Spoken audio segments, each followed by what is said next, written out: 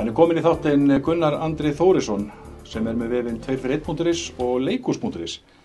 Nema þú ert með hvað, einhvern nýjan í farteskinu? happyhour.is. Happy Hour er svona skemmtileg viðbót. Við erum búin að vera með 241.is náttúrulega í 4 ár, leikhús.is í 8 ár og kemur bráðum nýr vefur. En trompið núna hjá okkur er happyhour.is. Já, þetta eitthvað svona tengist á veitingastöðum vantilega.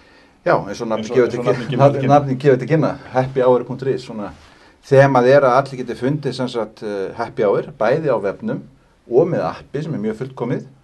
Og þetta er svona semi, ef ég má sletta aðeins, svona event síða, Atburðarsíða. Já, viðburðarsíða, já. Já.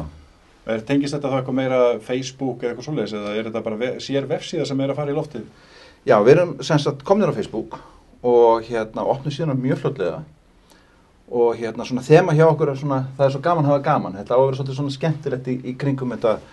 Og svona, já, þemað er þannig að það er svona gaman að hafa gaman og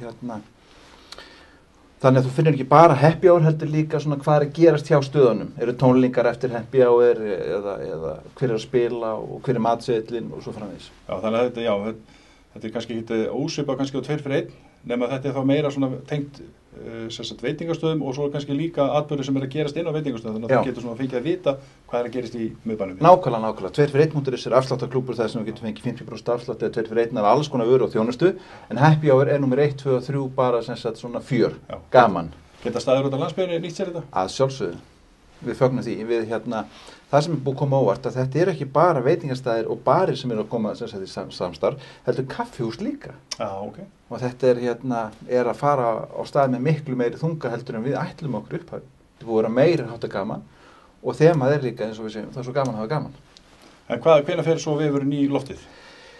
Þetta er allt tilbúið, þannig að það er búið að vera að forrita á fullu og gera útlitið mjög flott og skemmtilegt og samstarfsaðilarnir þeir streyma inn, þeim finnst þetta alveg frábært. Það er bara, síðan erum við bara að bíða eftir samþykki frá hvað heitir þetta nú, Apple Já, svona apps. App Store, já, akkurat. Við erum að bíða eftir einhverju samþykki frá þeim sem kemur eftir einhverju nokkra daga, þannig að ef við getum opnað vefinn strax núna í 31. ágúst, það er ekkert vandamál, eða við bíðum og opnum þetta allt á sama tíma, svona rétt eftir það kannski, byrjun september fljótlega. happyhour.is, þakka kærlega fyrir komuna. Þakka fyrir það.